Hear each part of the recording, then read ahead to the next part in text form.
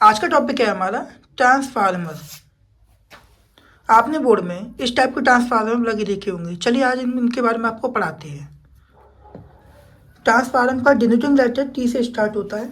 Transformer का प्रयोग circuit में वोल्टेज को घटाने या बढ़ाने में किया जाता है। ट्रांसफार्मर के अंदर दो कॉइल लगे होते हैं।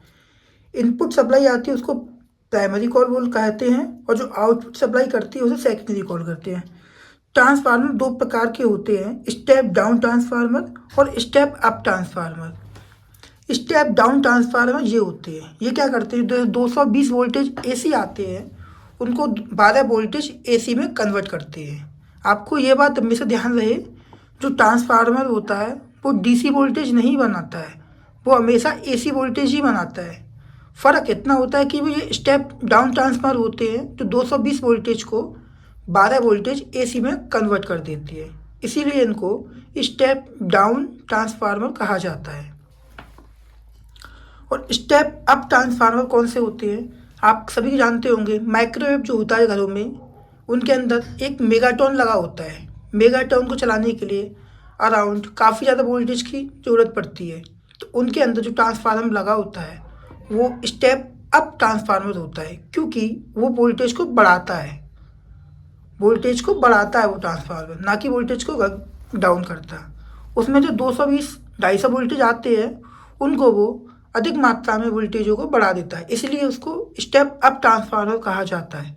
आप कभी देखना माइक्रोवेव के अंदर ट्रांसफार्मर बहुत बड़ा मिलेगा आपको, वो स्टेप अप ट्रांसफार्मर होता है, जो होते हैं स्टेप डाउन ट्रांसफार्मर। ठीक है, स्टेप डाउन ट्रांसफार्मर, इनकी प्राइमरी कॉइल जो होती है वो तो सेम साइज होती है बड़ी, पर जो आउटपुट की छोटी कॉइल होती है, जो सेकेंडरी कॉइल होती है वो कंपनी छोटी बनाती है, क्योंकि हमें सेकेंडरी में कम वोल्टेज चाहिए होती है, इसीलिए इनकी सेकेंडरी की जो कॉइल होती है वो छोटी होती है। जैसे ही आप ये ट्रांसफार्मर देखिए, इसके अंदर दो कॉइल हैं, एक ऊपर है प्राइमरी कॉइल बोली जाती है, एक नीचे है सेकेंडरी कॉइल बोली जाती है। आप देख सकते हो सेकेंडरी कॉइल कितनी छोटी बनाई है कंपनी ने और प्राइमरी कॉइल कितनी बड़ी है, क्योंकि प्राइमरी में प्रॉपर 220 वोल्टेज आ रहे हैं, 200 200 250 वोल्टेज आ रहे हैं, पर सेकेंडरी में ओनली 12 वोल्टेज चाहिए इनको, तो इसीलिए सेकेंडरी कॉइल हमेशा छोटी बनाई जाती है। स्टेप अप ट्रांसफार्मर में क्या होता है, इनकी प्राइमरी कॉइल सेम साइज होता है, पर सेकेंडरी की जो कॉइल होती है बड़ी होती है, क्योंकि इन्हें सेकेंडरी में ज़्यादा वोल्टेज चाहिए होती है। जब ज़्यादा मैग्नेटिक फील्ड बनेगा, ज़्यादा मैग्नेटिक फील्ड बनने से ज़्यादा वोल्टेज जनरेट होंगे, इसीलिए इनकी सेकेंडरी की कॉइल बड़ी बनाई जाती है।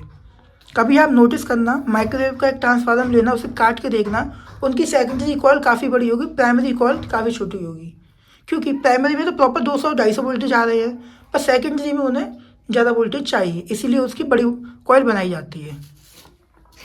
देखिए इनकी टेस्टिंग क्या होती है, कंपनी द्वारा कहा जाता है कि प्राइमरी और सेकेंडरी में नो बीप नो वैल्यू आनी चाहिए।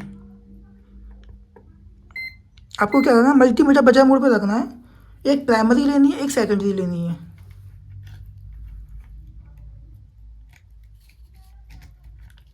नो बीप नो वैल्यू, ठीक है। देखिए नो बीप नो वैल्यू, क्योंकि ये ट्रांसफार्मर ना शॉर्ट है मेरे अंदर से, ना इसकी कॉइल अंदर से चिपकी हुई है, इसीलिए नो बीप नो वैल्यू दे रहा है, क्योंकि सही ट्रांसफार्मर है। पर मैं आपको गाइड करूंगा, अगर आपको कभी भी ट्रांसफार्मर चेक करना है तो इनको इनपुट में सप्लाई देखिए 220 वोल्टेज की, और आउटपुट में चेक करिए कि आपके 12 वोल्टेज बन रहे हैं या नहीं बन रहे हैं। हर एक ट्रांसफार्मर के ऊपर लिखा रहता है कि आउटपुट में कितने वोल्टेज बनाएगा ये और कितनी एम्पियर का ट्रांसफार्मर है। ठीक है, मैं आपको इसके आउटपुट में वोल्टेज चेक कराता हूँ। देख सकते हो आप, मेरा मल्टीमीटर जो है वो एसी वोल्टेज पे चेक करने पे लगा है, और एसी वोल्टेज 13 बना दी है ये। ठीक है, एसी सप्लाई मैंने इस बोर्ड से दी है। ठीक है, अब मैं मल्टीमीटर को डीसी वोल्टेज पे लगाऊंगा। आप देख सकते हो डीसी वोल्टेज बता नहीं रहा है। क्यों नहीं बता रहा है, क्योंकि ये ट्रांसफार्मर 12-13 वोल्टेज एसी ही निकाल रहा है, ना कि डीसी निकाल रहा है, वो भी स्टेप डाउन करके। अब देख सकते हो मल्टीमीटर मैंने एसी पे लगाया तो आपको प्रॉपर वोल्टेज शो हो जाएंगे, और इसी प्रकार इनकी एक बार टेस्टिंग करा करिए। आपने नॉर्मल टेस्टिंग तो कर लोगे, पर एक बार ऑन बोर्ड टेस्टिंग करना बेटर रहता है मेरे अनुसार, जब से इस लाइन में काम कर रहा हूँ। अगर आपको वीडियो अच्छी लगी हो तो लाइक करना, कमेंट करके बताना, और मुझे कोई भी आपको डाउट है तो ग्रुप में आके पूछना।